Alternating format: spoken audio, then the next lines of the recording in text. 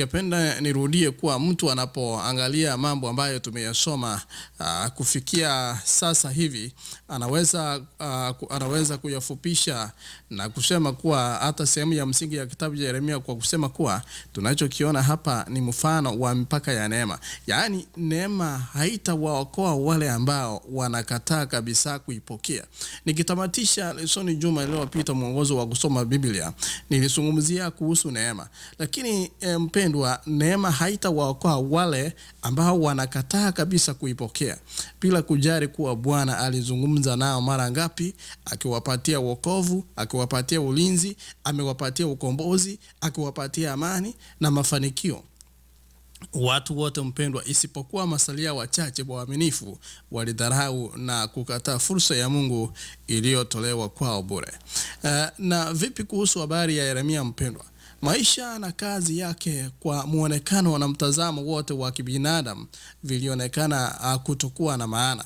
Huyu nabii anayelia alikuwa na mambo mengi ya kulilia mpendwa. Hata baada ya yote aliyoonya kuwa watatokea, hata baada samahani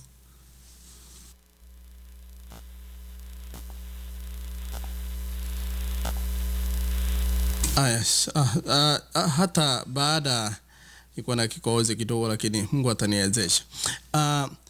Mpendwa, hata baada ya yote aliyoonya kuwa yatatokea, bado watu walishikilia dhambi ya upagani na wazi kwao. Wakamkaidi nabii wazi usoni pake na kulidharau neno la Bwana ambalo lilikuwa limetolewa kwa hawa watu. Kwa hivyo mpendwa, ni kwa namna gani tunahitaji kuwa makini sisi wenyewe. Neema, nilitamatisha juma lililopita nikisema kuwa neema ni neema kwa sababu inatolewa kwa wale wasiostahili, ndiyo.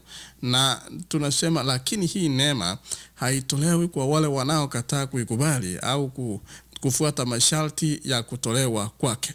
Kwa hivyo mpendwa, wanaporudi Misri, na jambo hili tunalozungumzia wana wa Israeli kurudi Misri, kwanza tuzungumzie vurugu za kisiasa. Mpendwa, mtu angeliweza kufikiria kuwa baada ya uangamivu wa mji na kushinda kabisa na Babeli, watu wote wangeliweza kuwa wamejifunza somo lao. Jinsi ambavyo tunapitia mambo fulani na tunasema yes, learned his lesson, na tunasema naye amesoma, amekuwa na funzo lake. Lakini kwa bahati mbaya sio wote waliofanya hivyo, na onesho halikuwa limekamilika bado.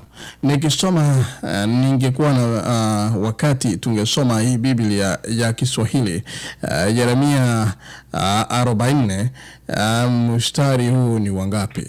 Yeremia 40 mstari wa 7 hadi wa 16, ili tuweze kuona ni ujumbe gani mpendwa, ni ujumbe gani unaotolewa tena hapa. Na Yeremia anapozungumzia katika awamu hii ya mwisho, ndugu mpendwa, unapoendelea kufungua 40 mstari wa 7, hebu nijaribu kusoma mistari miwili tu mitatu ili wote wa majeshi waliokuwa katika bara wao na watu wao waliposikia kwamba mfalme wa Babeli amemweka Getaria mwana wa Ahikamu kuwa liwali juu ya nchi, na kwamba amekabidhi wanaume na wanawake na watoto na baadhi ya masikini wa nchi wasiochukuliwa mateka Babeli. Soma mstari wa 12, mstari wa 12. Ndipo wakamwendea Getaria huko Mispa.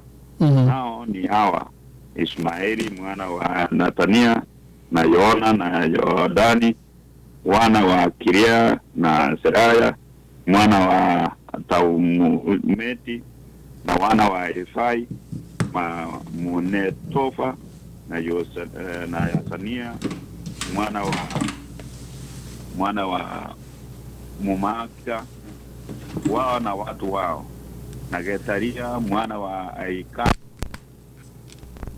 Sefani akawapia wao na watu wao, wakisema msiogope kuwatumikia Wakaldayo, kaeni katika nchi mkamtumikie mfalme wa Babeli, nayo itawafaa. Asante ndugu Mkaya, labda ungeachia hapo. Asante sana. Labda nitafika kule. Mpendwa, ni nini umuhimu wa neno mabaki ambalo limetupika katika fungu hili? Ningerudi huko juu mstari wa 11. Labda ndugu Mkaya soma 11. Pia watu wa Yuda. 11. Kadhalika waliposikia Wayahudi wote waliokuwa katika Moab na kati ya wana wa Amoni, na wao waliokuwa katika Edomu, na hao waliokuwa katika nchi zote, ya kuwa mfalme wa Babeli amewaachia Yuda mabaki, na ya kuwa amemweka Gedalia mwana wa Ahikamu mwana wa Sefani juu yao. Basi Wayahudi wote wakarudi kutoka kila mahali walipofukuzwa, wakaenda mpaka nchi ya Yuda, wakamwendea Gedalia huko Msiba, wakakusanya divai na matunda ya wakati wa jua mengi sana. Asante sana ndugu Mkaya. Mpendwa, pamoja na ujumbe wa amani ambao umetolewa hapa na hata mafanikio yaliyokuwa yanakuja kama matokeo yake, kuna mambo mengi ambayo yanazungumziwa hapa. Kuna mambo mengi ambayo yanazungumziwa hapa, ambapo unasikia kuna watu ambao wanaenenda, wengine wanaenda kubaki. Kwa hivyo ukipata Yeremia anakaa na Gedalia, ambapo usome kutoka huko juu, ambapo kapteni na walinzi wanamchukua Yeremia na anamwambia kuwa Mwenyezi Mungu wako alitangaza maafa dhidi ya mahali hapa, na sasa Mwenyezi Mungu ametekeleza jambo hilo na kutenda kama alivyosema, kwa sababu ni nyote mlimkosea Mwenyezi Mungu na kukataa kumtii, jambo hili limewapata. Ni mambo ambayo tumeyazungumzia wakati uliopita, na hapa mstari wa 7 ambapo ndugu Mkaya ameanzia sasa, Gedalia ambaye ni mtawala wa Yuda, makapteni wote wa majeshi kutoka bara pamoja na watu wao waliposikia kwamba mfalme wa Babiloni alikuwa amemtawaza Gedalia mwana wa Ahikamu kwa mkuu wa nchi, na kwamba alikuwa amemkabidhi wanaume, wanawake na hata watoto, yani watu mafukara kabisa katika nchi ambao hawakuchukuliwa wamishoni Babiloni, akawakabidhi mali jinsi ambavyo tulisoma wakati uliopita. Walimwendea Gedalia huko Mizpa vile tulisoma, na watu hao walikuwa Ishmael mwana wa Nethalia, kulikuwa na Yohanani na Yonadhani wana wa Karea, kulikuwa na Seraya, hao wote. Lakini jambo ni kuwa Gedalia aliapa mbele yao na mbele ya majeshi akisema kuwa msiogope kuwatumikia Wakaldayo. Kwa nini?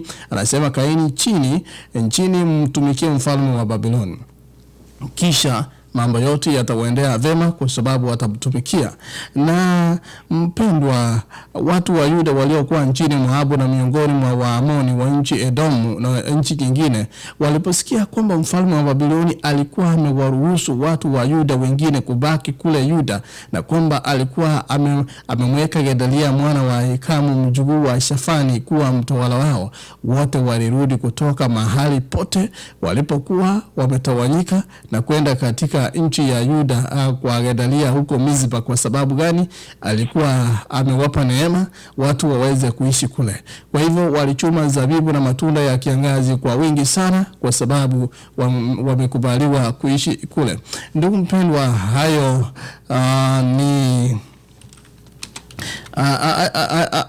ni baadhi ya mambo ambayo tunayazungumzia siku ya leo. Kwa hivyo unaona, lakini mstari wa 12 jinsi ambavyo tumesoma, sio kila mmoja alikuwa ameridhika na hali ya mambo iliyokuwepo katika wakati huo. Nisikia wengine wanalalamika na wasema aliwakubalia waishi, ndio. Kwa hivyo wakaenda kule. Mpendwa, jinsi ambavyo katika maisha haya si kila mtu anaridhika kila jambo linalotendeka. Kisha 41 ndugu mpendwa, katika Yeremia 41 tukienda mbele inazungumzia matatizo ambayo hawa wanaitwa masalio waliobaki hapa Yuda wakikabiliana nayo sasa. Ingawa mpendo, kwa sababu za mauaji hazikutolewa, kwa kuwa unapoanza katika mstari wa kwanza inasema mnamo mwezi wa 7 Ishmael mwana wa Nethania mjukuu wa Elishama na ukoo wa kifalme, mmoja wa maafisa wakuu wa mfalme, alifika kule Mizpa kwa Gedalia ambaye tumesema ametawazwa kuwa mfalme, akiandamana na watu 10. Mpendwa, jambo hapa ni kuwa wakati walipokuwa wanakula chakula huko Mizpa, Ishmael mwana wa Nethania pamoja na wale watu 10 wakainuka na kumshambulia kwa upanga Gedalia mwana wa Ahikamu ambaye alikuwa mjukuu wa Shafani, jinsi tumesoma. Wakafanya nini? Wakamuua. Kwa hivyo Gedalia ndiye aliyekuwa ameteuliwa na mfalme wa Babiloni kuwa mtawala wa nchi. Lakini unaona neema ambayo wamepatiwa akafurahia, yule ambaye amewapa neema amefanya nini? Amefariki. Hilo ni jambo ningependa ulishike. Kwa hivyo ingawa sababu za mauaji hapa hazikutolewa, ukweli ni kwamba yalikuwa yamefanywa na mtu fulani ambaye katika mstari huu tunasoma kuwa mmoja wa wazao wa kifalme, tena ni mmoja wa majibedali wa mfalme. Kwa hivyo upendekeza kuwa hili tabaka la utawala bado lilikuwa alijakubali wazo kuwa taifa teule lilitakiwa kujisalimisha chini ya utawala wa Babeli. Ndiposa unasikia mfalme wa Babeli alimteua. Kwa hivyo mpendwa, kwa sababu Gedalia alikuwa amewekwa kwenye utawala na mfalme wa Babeli, tukisoma ndugu Mkaya ili 40 soma mstari wa 5. 40 mstari wa 5. 40 fungu la 5 linasema kwamba 40 fungu la 5 linasema alipokuwa bado ataenda akasema, rudi sasa kwa Gedalia mwana wa Ahikamu mwana wa Shafani ambaye mfalme wa Babeli amemweka kuwa liwali juu ya mji wa Yuda. Asante. Asante. Hilo ndio nilikuwa nataka. Asante sana. Nilikuwa nataka hilo kuwa ambaye mfalme wa Babeli amemteua. Kwa hivyo hapa Gedalia alikuwa amewekwa kwenye utawala na mfalme wa Babeli. Kwa hivyo watu hawa wenda waliweza kumuona kama kibaraka mwenye njama ya usaliti, ambaye hakuwa mwaminifu kwa taifa lao na ambaye kwa namna hiyo alitakiwa kuondolewa pamoja na watumishi wake. Kwa hivyo kwa kadri kisa kinavyoendelea mpendwa, tunaweza kuona kuwa masalia, yani waliosalia kule hawa sasa walikuwa wanakabiliwa na tishio jipya, hofu ya Wababeli, ambayo wenda pasipo kujua kina cha mambo yaliyotokea wangelitafuta kulipiza kisasi kwa ajili ya kifo cha Gedalia na wanajeshi wa Babeli. Nisome mstari huu wa 3, unasikia anasema Ishmaeli aliuawa pia. Ndio Mkaya 41 mstari wa 3. 41 mstari wa 7 wa 3. Wa 3 naye anasema kwamba tena Ishmaeli akawaua Wayahudi wote waliokuwa pamoja naye, yaani pamoja na Gedalia huko Mizpa, nao Wakaldayo walioonekana huko, yaani watu wa vita. Ni ajabu unasikia mpendwa, pasipo kujua kina cha mambo yaliyotokea, ambaye wangelitafuta kulipiza kisasi kwa ajili ya kifo cha Gedalia na wanajeshi wa Babeli. Unasikia huyu jamaa anaitwa Ishmaeli aliwaua pia Wayahudi wote waliokuwa pamoja na Gedalia huko Mizpa, na vile vile wanajeshi wa Kaldayo waliokuwa mahali hapo. Kwa hivyo mpendwa, mauaji yametendwa hapa. Kwa hivyo hata kama wamepata neema yao haikudumu, kwa sababu yule ambaye aliwapa neema ameweza kuuawa. Ningependa nikuulize swali, dhambi za Ishmael huyu ambaye amewaua na watu wake zilisababisha hofu miongoni mwa wale ambao hawakusikia ama hawakuhusika na dhambi hizo. Mpendwa, wacha nirudie kuwa dhambi za Ishmael na watu wake zilisababisha hofu miongoni mwa wale ambao hawakuhusika na dhambi hizo. Hii inapaswa kutuambia nini kuhusu namna, kwa sababu ya kutotii kwetu tunaweza kuleta maumivu na mateso kwa wengine, hata wale ambao hawakuhusika na dhambi zetu. Unaona, labda hapa kibaraka ambaye amewekwa hapa na Wababeli ni Gedalia, lakini Ishmaeli anapokuja na wengine anawaua wale watu ambao wakuwa na hatia na wale ambao walikuwa kule. Unasikia mstari wa 3 tulisoma kuwa aliwaoa pia Wayahudi wote waliokuwa pamoja na Gedalia. Mpendwa, hebu nikuulize wakati mwingine, hii inapaswa kutuambia nini kuhusu namna kwa sababu ya kutotii kwetu tunaweza kuleta maumivu na mateso kwa watu wengine katika kanisa letu, katika jamaa.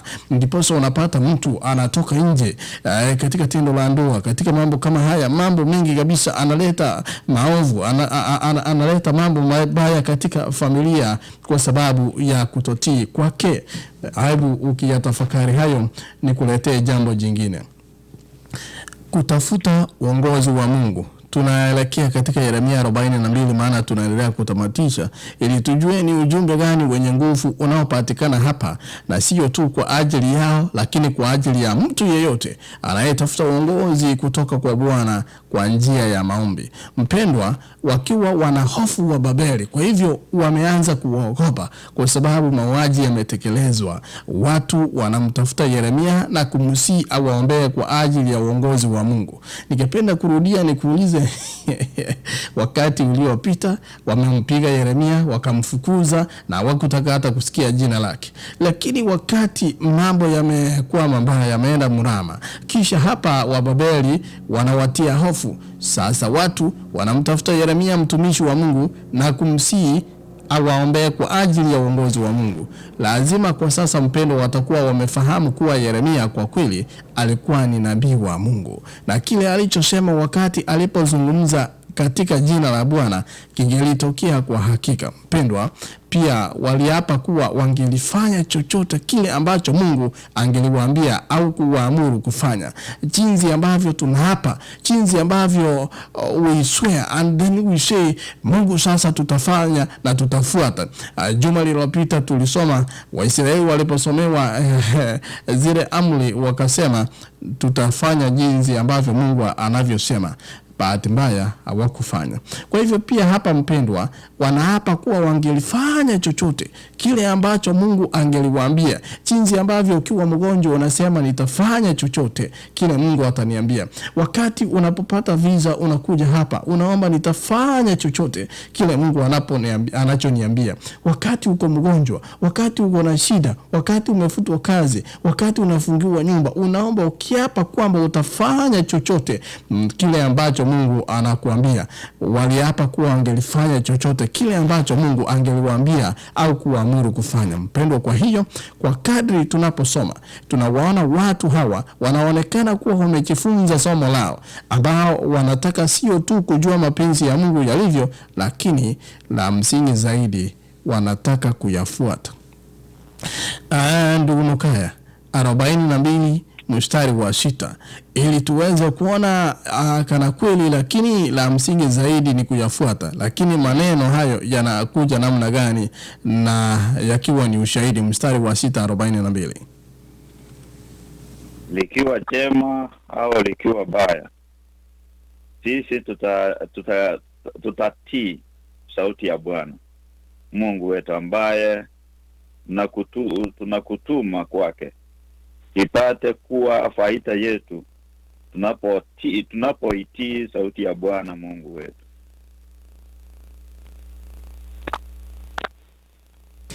Asante sana.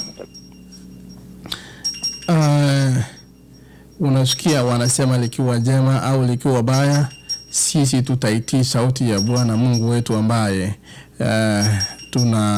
kutuma kwake. Kwa hivyo samahani, nasikia kuna kengele kidogo, samahani, dakika moja.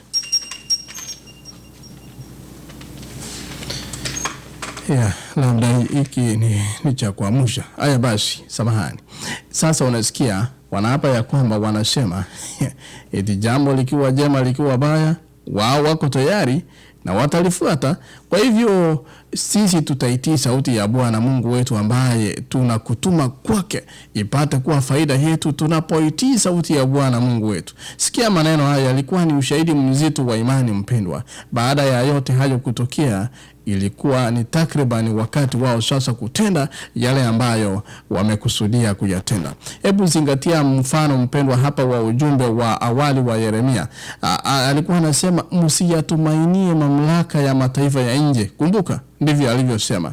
Lakini sasa mtumaini Bwana, akiyasema naye atawafanikisha na atawaokoa wakati utakapotimia. Wokovu hautoki mahali popote au kwa mtu mwingine yeyote. Mamlaka ya kigeni hayakukusudia na hayatakusaidia hapo kabla na hayatakusaidia hata sasa. Kwa hivyo mpendwa, Mungu alilazimika kuwaonya kwa sababu anafahamu mwelekeo wa mioyo yao. Anafahamu kuwa wanakiria juu ya kurudi Misri. Watu walikuwa wamezoea nyama na mambo fulani. Mpendwa, hebu kiria juu ya vielelezo hapa ili kutafuta ulinzi waliokuwa wanautaka. Kwa sababu hiyo na kwa hiyo Bwana aliwapatia maagizo dhahiri na maalum sana wasifanye hivyo, kwamba mwenendo wa namna hiyo ungewaletea uangamivu. Kama wewe ni mgeni, ningependa nikufahamishe jambo moja, kuwa wana wa Israeli, Yeremia aliwaambia wasiweze kufanya mapatano na wana wa Misri ili waweze kupigana na Babiloni. Lakini wakasema let's make an alliance ili jeshi letu liwe na nguvu ili tuje tukawashinda. Lakini tulitamatisha tukasema kuwa walikuwa na njaa miaka miwili kabla ya vita. Wakati vita vinakuja, wale walikuwa njaa walegevu kabisa, hawangeweza kupigana. Mpendwa, kwa mara nyingine uchaguzi kamili na wazi kama huo, uchaguzi ambao wote tunapaswa kukabiliana nao, uhai na amani kupitia kwa imani na utii wa Yesu, au mateso na kifo kwa kukosa imani na utii. Kuna mambo mawili nimeyasema hapa. Tunapaswa kukabiliana na uchaguzi wa aina mbili. Uchaguzi wa kwanza, uchague uhai na amani kupitia kwa imani na kutii Yesu Kristo. Au jambo la pili, uchague mateso na kifo na kwa kukosa imani na kutii. Kwa hivyo kuna imani, kuna na kutii. Ukiwa na imani na utii, utaipata amani na utapata kuishi ndani ya Yesu Kristo. Lakini ukikosa utii, ukikosa imani, haya basi mateso na kifo vitafuata. Bila kujali mazingira tofauti mpendwa, mwishoni swala ni lile lile kwetu sisi sote asubuhi ya leo. Tofauti na watu hawa, mara zote hatuna maonyo yanayotolewa kwetu kwa njia maalum ya kuelekezwa wazi sana kiasi hicho. Lakini tumepewa maonyo ya namna hiyo kabisa. Unasikia kila asubuhi, juzi, jana, unasikia kila siku ya juma tunakuja hewani kwa ajili ya neno la Mungu, hata Jumamosi, Jumapili, kila siku wakati kama huu tunasoma neno la Mungu. Tumepewa maonyo ya namna hiyo kabisa. Uzima na mauti, baraka na laana. Ni aina gani za uchaguzi unazozifanya asubuhi, ama kila siku, ama kwa ajili ya uzima au kwa ajili ya mauti? Ni swali la kujiuliza. Niweze kuzungumzia mambo mawili nitamatishe. Ni kwa nini nazungumzia kurudi Misri? 42 hapa. Ikiwa hujasoma mapema mpendwa, Yeremia 42 inaweza kuwa ya kuvutia sana.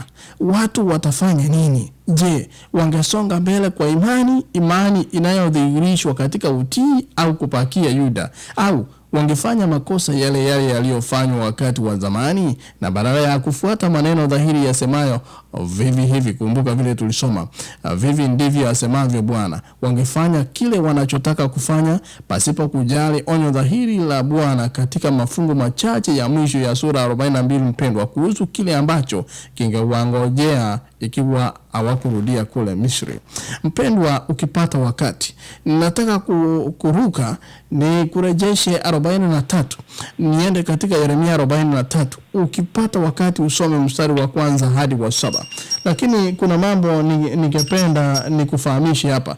Wakati neno la Mungu linapokuwa alikubaliani na makusudi yetu, au alikubaliani na tamaa zetu, tunakuwa na mwelekeo wa kuwa na mashaka iwapo chanzo chake ni kutoka kwa Mungu. Hiki ndicho ambacho watu na viongozi walimfanyia Yeremia. Kama inavyoonekana mpendwa, katika Israel mazingira pekee ndiyo yaliyokuwa yamebadilika, lakini watu walibaki kuwa wale wale katika fikra zao na katika moyo wao. Wenda ulibadilisha mazingira kutoka Kenya ukaja hapa, wewe ni ule ule tu, wewe ni yule yule tu, lakini watu wanabaki fikra zao na katika mioyo yao. Naam, ulipatizwa, labda ungebadilisha mwenendo, lakini wewe ni yule yule tu. Kitu ulichobadilisha ni fikra zako na moyo wako zinapaki pale pale tu, lakini ni kuonesha kuwa umebatizwa. Watu hawa walitoa udhuru wa kiapo chao na kumshambulia nabii Yeremia. Hata hivyo hawakutaka kumshambulia moja kwa moja nabii Yeremia ambaye ni mzee. Hivyo walifanya nini? Badala ya kumshambulia Yeremia mtumishi wa Mungu, wanamlaumu Baruku, rafiki yake na wakati fulani aliyekuwa mwandishi wake, na wakigeuza ghadhabu yao dhidi yake, wakidai kuwa alikuwa amemgeuza nabii huyo dhidi yao. Unaona, watu wanataka people want to attack you. Watu wanataka kukulaumu, lakini kwa sababu hawataki kukulaumu wewe kama mtumishi wa Mungu directly, wanaona yule rafiki yako, mwandani wako ambaye mnashirikiana, yule ambaye is your personal secretary, yule ambaye mnasaidiana kabisa, kisha wanageuza ghadhabu yao dhidi yake wakidai kuwa yeye ndiye amekupotosha.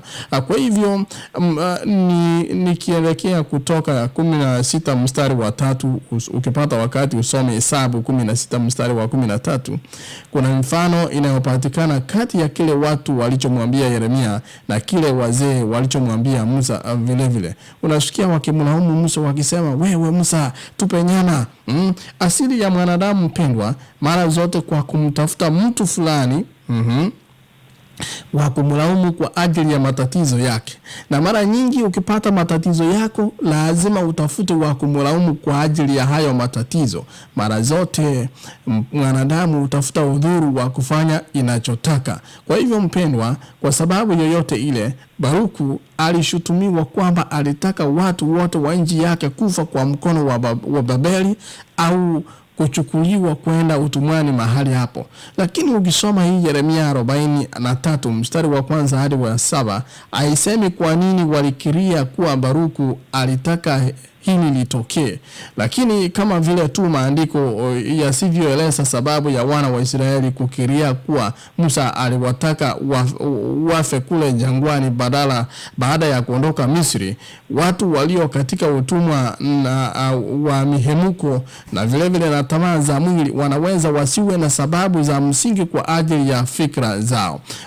Kwa hivyo mpendwa, kuna watu wanapenda kulalamika, lakini hawana sababu yoyote, ni kwa sababu ya msingi kwa ajili ya fikra zao. Kwa hiyo ni muhimu kiasi gani tuweze kuhakikisha daima kuwa tamaa za mwili na mihemuko yetu isilazimishwe, yani niseme tuisalimishe kwa Bwana. Yani inasalimishwa kwa Bwana. Tamaa zetu, tamaa za mwili na mihemuko yetu inastahili isalimishwe kwa Bwana. Mpendwa, ni mara nyingi kiasi gani tunaruhusu mihemuko na tamaa zetu za mwili kufunika fikra zetu au hata kukwepa maneno dhahiri yasemayo. Kumbuka vile walivyosema, hivi ndivyo asema Bwana. Kuna kelele kidogo katika Wakorintho ya 2:10 inasema, tunawezaje kujilinda sisi wenyewe ili tusiruhusu mihemuko na tamaa za mwili visitutawale? Hiyo ni Wakorintho wa 2:10 mstari wa 5. Kwa hivyo mara nyingi kiasi gani tunaruhusu mihemuko na tamaa hizi kufunika fikra zetu hata tukakwepa maneno dhahiri yale ambayo tunayostahili kuyasema? Mpendwa, watu hawa ukianzia mstari wa 8 hadi 13, kuna jambo ambalo Bwana analisema kupitia kwa Yeremia kabla nielekee sehemu ya mwisho. Hapa mpendwa, tunaona kuna mji hapa Tapanhes ulikuwa ni mji katika mpaka uliopo kaskazini mashariki mwa Misri, ambao ulikuwa na ngome muhimu na ambapo idadi kubwa ya makoloni ya Kiyahudi yaliishi.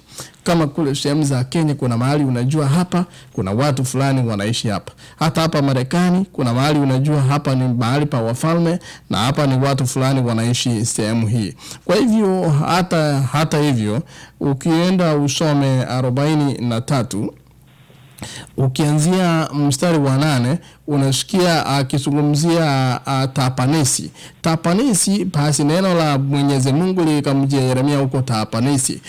Ni mstari wa 8. Kwa hivyo Tapanesi nimesema ni mji ambao ulikuwa ni mji mpaka katika mpaka uliopo kaskazini mashariki mwa Misri, ambao ulikuwa na ngome muhimu ambapo idadi kubwa ya makoloni walikuwa wanaishi, yani the border.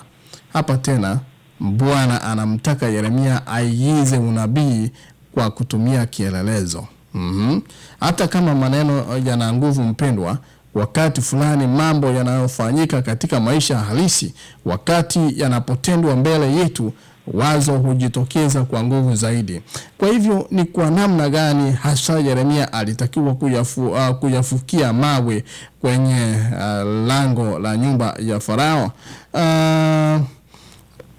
Ndugu Mokaya, sijui kama usome, nataka urudi nyuma usome mafungu mawili tu. Yeremia 37.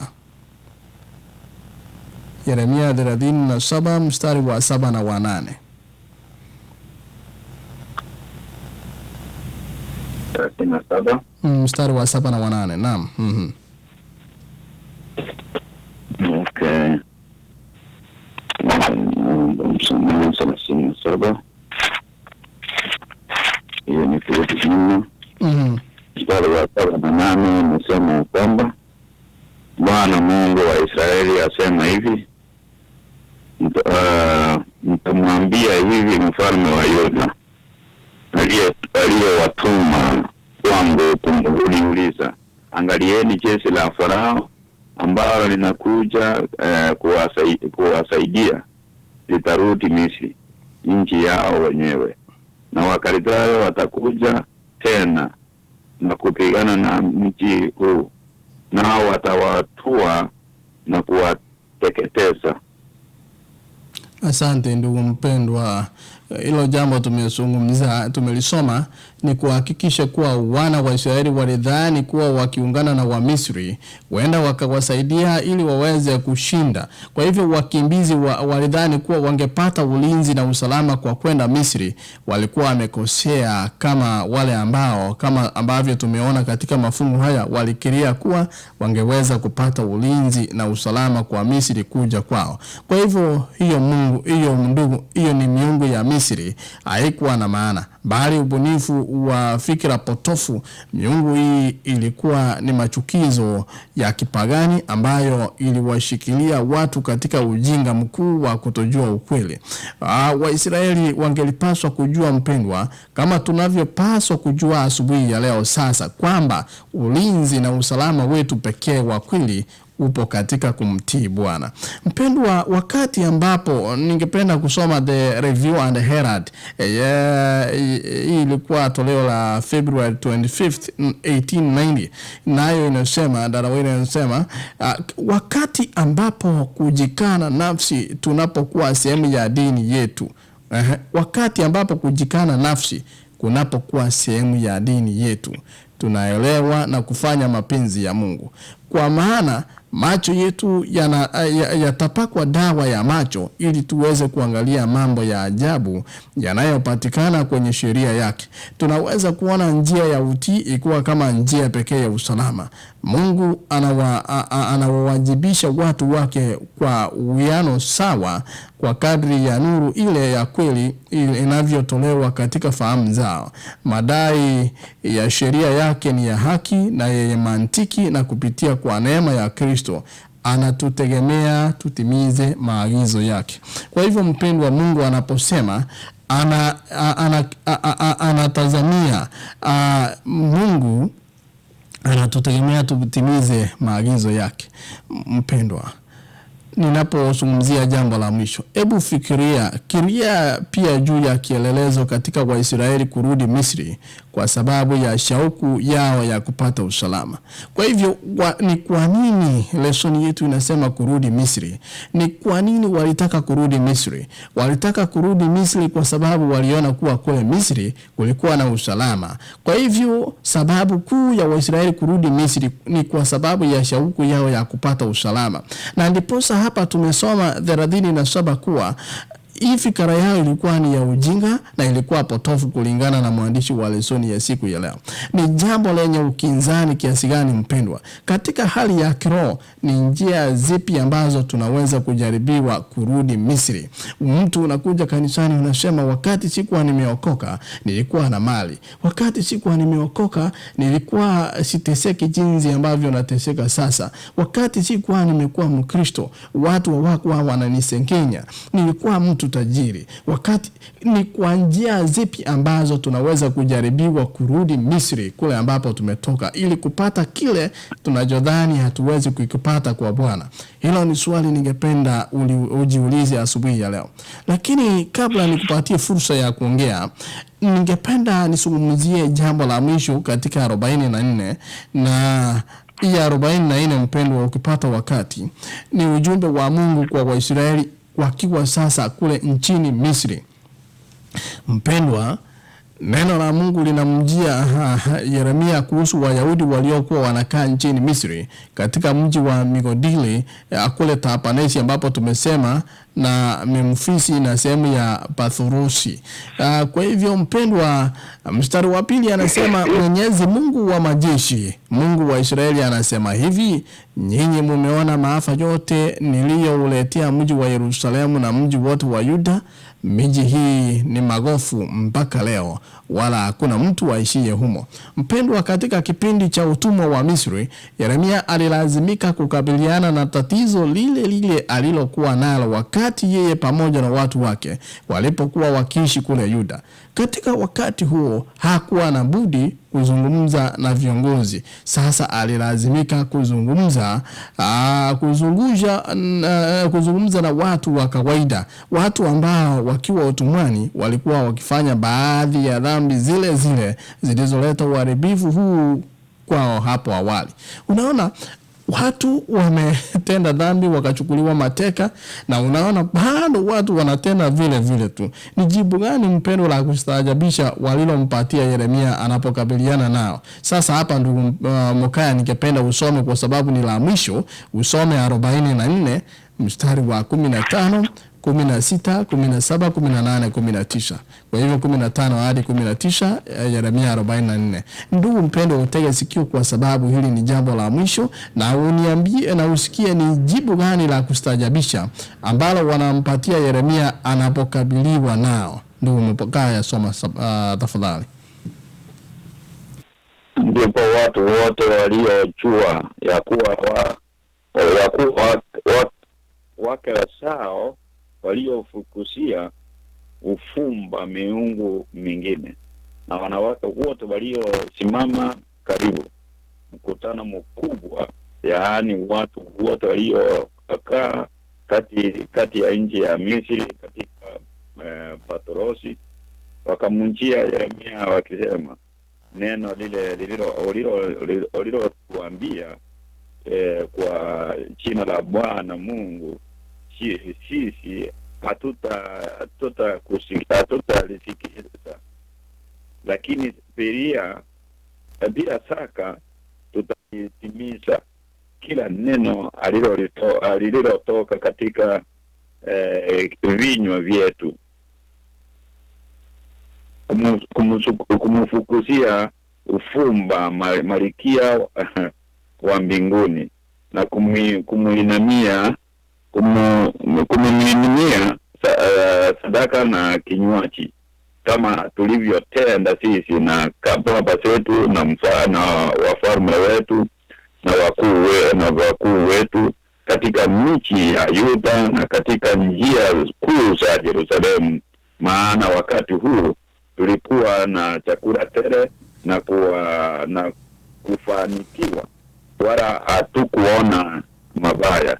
lakini tulipoacha kumfukusikia ufumba Malkia wa mbinguni na kumiminia sadaka za kinywaji, tumeupungukiwa na vitu vyote na kuangamishwa kwa upanga, kwa njaa. Nasi tulipomfukuzia ufumba Malkia wa mbinguni na kumiminia sadaka za kinywaji, je, tulimfanyisia mikate ili kumwabudu na kumiminia mamininiko waume zetu wasipokuwapo? Ndipo Yeremia akawaambia watu wote, wanaume na wanawake, yaani watu wote waliompa jibu lile, akasema, ufumba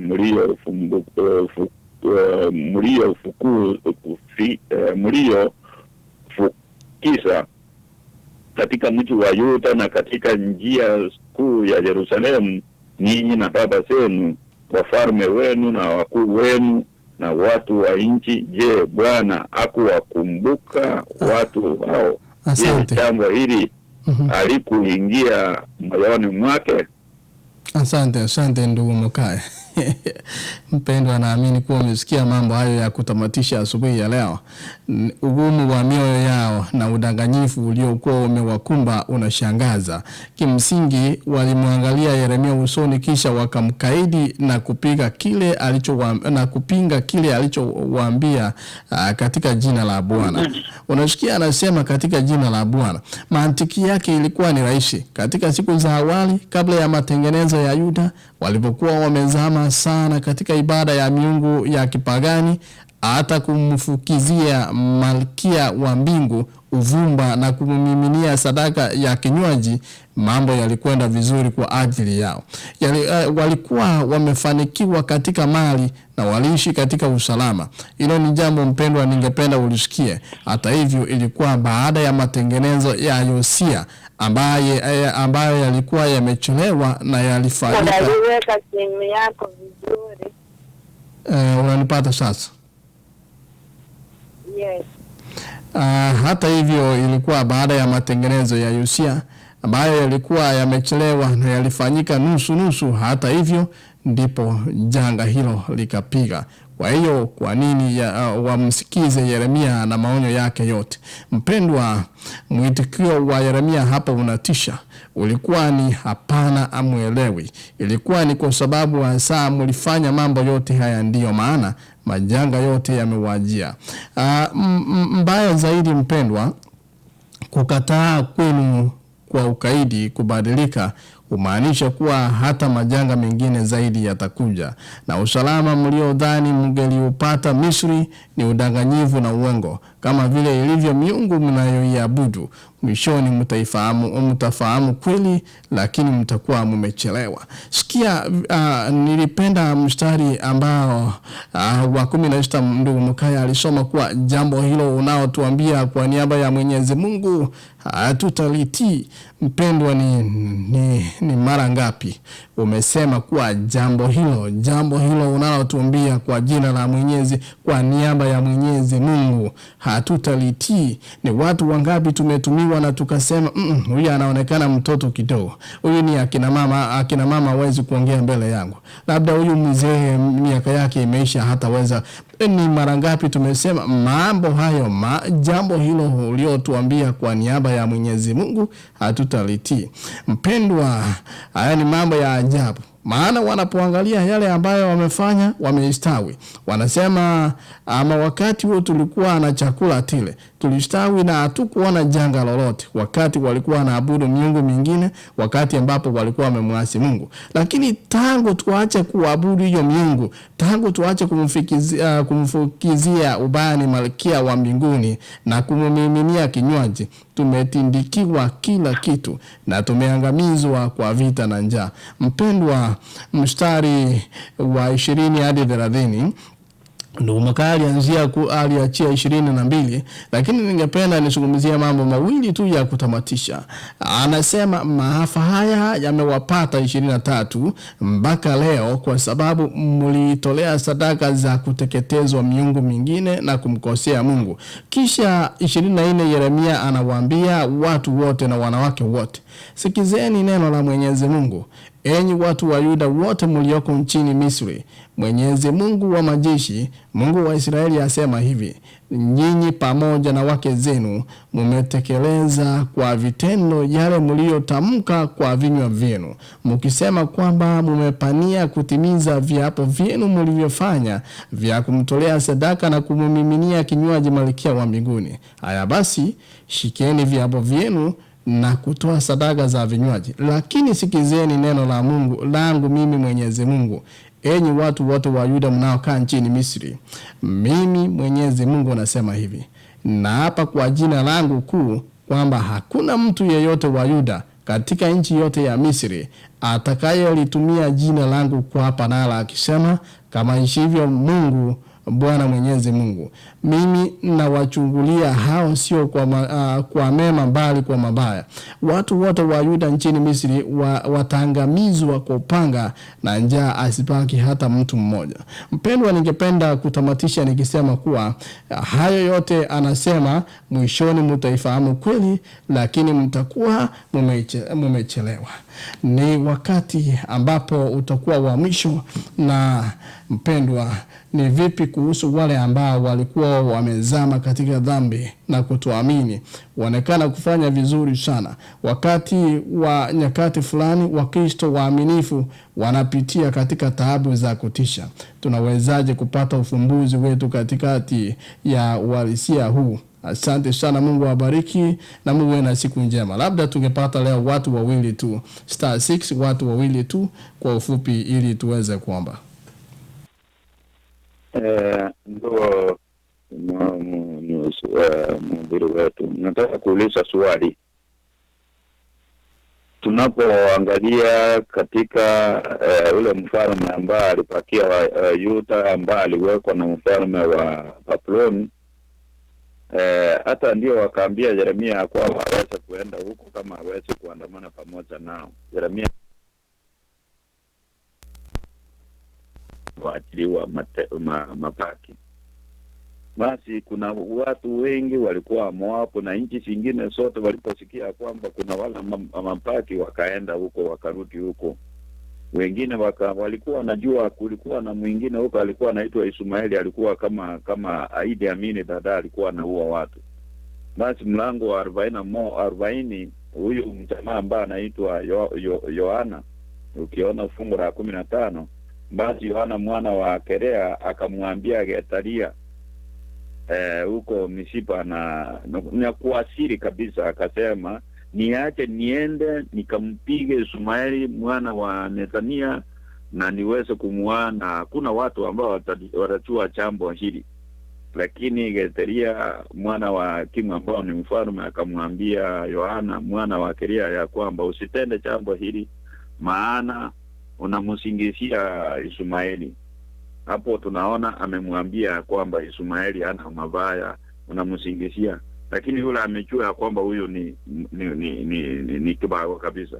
Ukienda fungu la 41 utaona ya kwamba fungu la 3 tena Ismaeli akamuua, akawaoa Wayahudi wote waliokuwa pamoja naye, yaani pamoja na Getaria huko Msipa, nao wote wakaritayo walioonekana huko, yaani watu wote. Basi akawaoa wengine mpaka wakawatupa Simoni yeye na pamoja na wale wote walikuwa huko. Basi hapa ndio tunauliza sasa, huyu mjamaa alikuwa anajulikana ni mbaya, lakini Getaria akamtetea mpaka akawachwa asiwawe, lakini baadaye ndiye akaenda akawaoa watu walikuwa naye. Sasa hii ni kwamba unapoona to join to subconference, press number of subconference from 1 to 4 or press swali ambao wanauliza. Kabisa.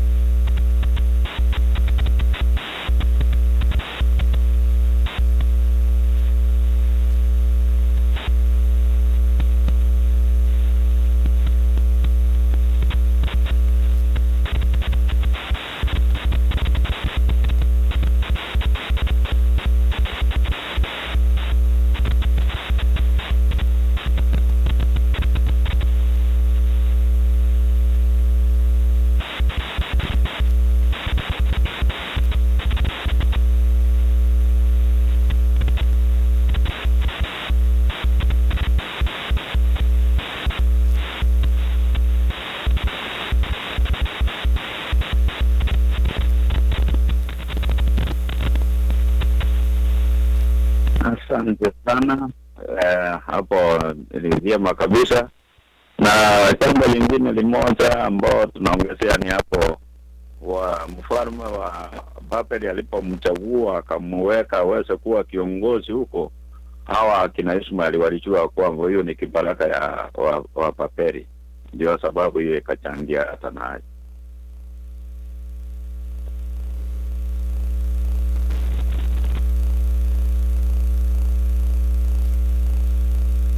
Ndio.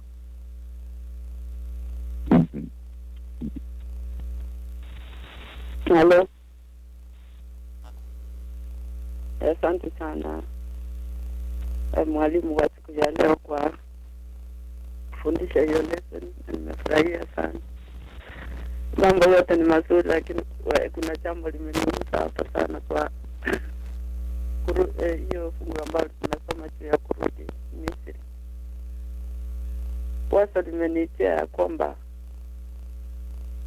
tunaweza kuwa tunafikiria tutaweza kurudi Misri kwa njia gani, lakini tayari tumerudi Misri. Tumechagua kurudi Misri, sio kila mmoja amerudi, bali tulichagua kurudi Misri. Na kile ambacho vile wazo limeonyesha saa hii vile tunaendelea kujifundisha ni ya kwamba tunaona ya kwamba tumeonywa, na wakati tuliletewa mambo ya reformation, tunajua kanisa vile lilikuwa gizani, na wakati wa uisho ulipofika, na kweli kanisa Mungu alitoa nuru kwa ajili ya watu wake, na tunaona hiyo nuru vile iliendelea mpaka ikatufikia sisi, na ikafika wakati tukapata nuru sana sana juu ya reformation, vile Mungu anataka tuishi. Naona na kipawa cha roho ya unabii, na hakika kanisa lilikataa. Naangalia hata nikiwa kwetu nyumbani huko, liana watu walikataa, wakasema hapana, hii mambo ya unabii, mambo ya reformation hapana, na ikakataliwa kabisa. Nakumbuka hata wakati wa kina Square walikuwa pale, najaribu kutafuta ni nini hasa huyu mzee anakataliwa. Mimi mwenyewe sioni, nikasema mimi ni mjinga kwa sababu sioni. Mimi naona mambo anafundisha yananisaidia, lakini nikiona wengine wananungunika na shindwa. Kwa hivyo, na ukiangalia Hata wakati mambo ya vyakula ilianza kuzungumziwa, nilifikiria ni kwetu nyumbani peke yake, bali niliona ni kama ilienea, kwa sababu hata hapa mambo ya unabii haizungumzwi sana, ijapokuwa tuseme kama sasa foreigners wale kwanza wa Kenya na Wakisii sana ndio wanaongea mambo ya unabii. Na ukiangalia mambo ya unabii ilikataliwa kabisa, na tunaambiwa unabii na injili ya malaika watatu inaenda sambamba. Mambo ya vyakula na mambo ya injili sauti ya malaika watatu inaenda sambamba, huwezi kutenganisha. Kwa hivyo tukiangalia kanisa ama sisi ambao ni torch bearers wa wakati huu, hakika ni wachache wameamuka, wako macho. Vile kulikuwa na wachache ambao walikuwa wanaona kweli unabii Yeremia anatoa ni wa kweli, na kuna wachache sana wakati huu wanaona ya kwamba kweli vile unabii unasema umetimia na ni kweli, ambao wapo macho. Kwa hivyo ninaona kweli Mungu, tuombee jambo hilo, Mungu atusaidie, atupatie uwisho. Otherwise tulirudi Misri na tukakaa pale.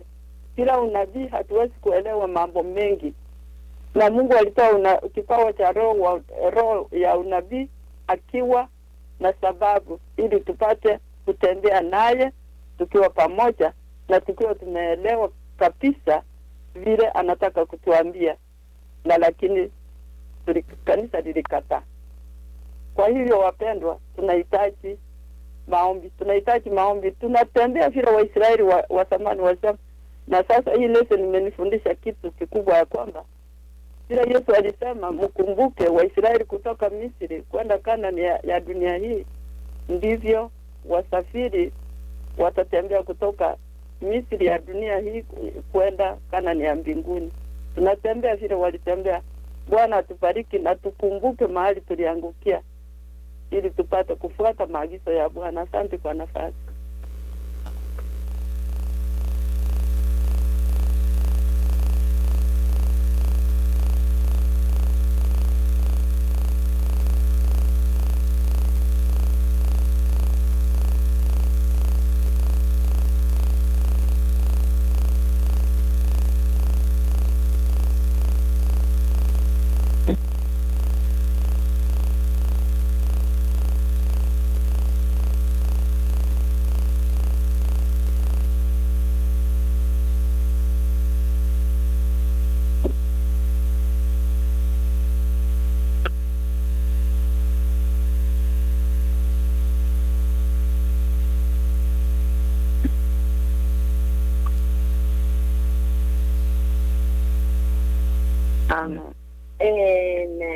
Amen. Asante sana Maria. Asante. Hata maswali yale yameulizwa, hata kuongezea. Mungu awabariki. Hapo ndio tuko zile nyakati, na sisi ndio tumesimama hapo. Hata tunaona vile great controversy imekanyagiwa chini, na wakaweza kuchapa ingine inaitwa Great Hope. Yaani hiyo ndio sasa great controversy yao. Mungu atuonee huruma, Mungu atupe nguvu kweli. Wale wanaona wafungue macho na waweze kufuata kile Mungu amesema. Alisema yeye mwenyewe, utatoa ama utaongezea. Lakini sisi tumekuwa werevu, tunasema hii ni nyakati nyingine, ndio tunachapa